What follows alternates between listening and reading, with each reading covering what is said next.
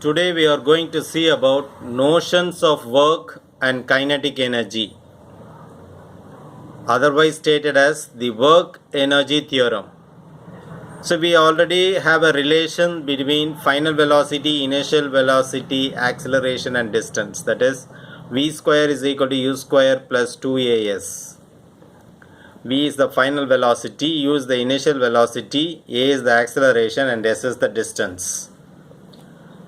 So you multiply this equation, say equation 1 is multiplied by half m.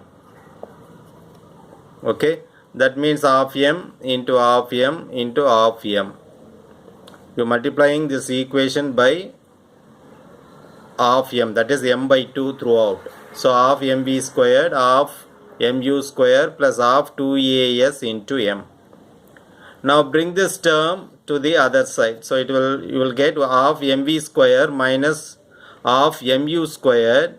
This 2 gets cancelled and you will be having mas.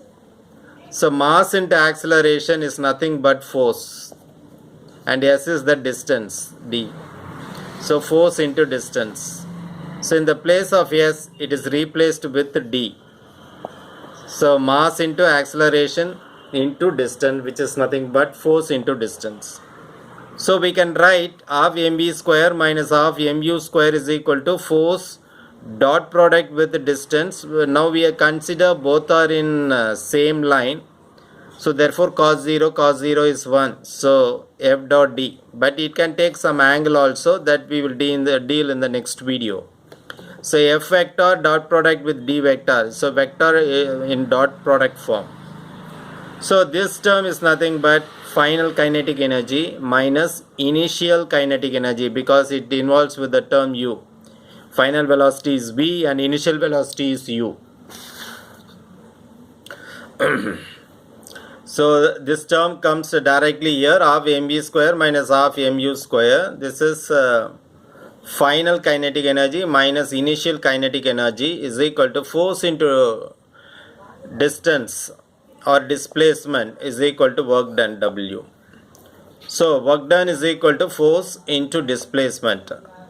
We assume here the both force and the displacement lie both in the straight line, but it can act at some angle also, theta. So in that case, we have to check out for the horizontal component that we will discuss in the next video. Therefore, we can state work done is equal to force into displacement. So the final statement based on this, the change in kinetic energy, this is final kinetic energy minus initial kinetic energy.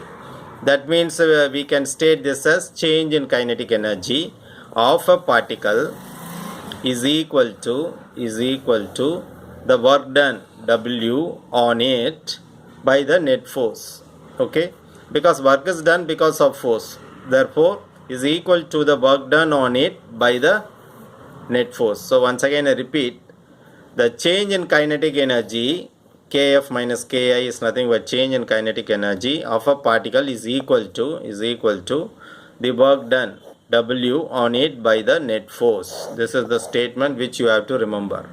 So this relation is called the work energy theorem. So which relation? This change in kinetic energy is equal to work done. Okay, so we have seen the final statement also. Okay, that's all about the work energy theorem. Hope you have understood this topic. Thanks for watching. Nandri.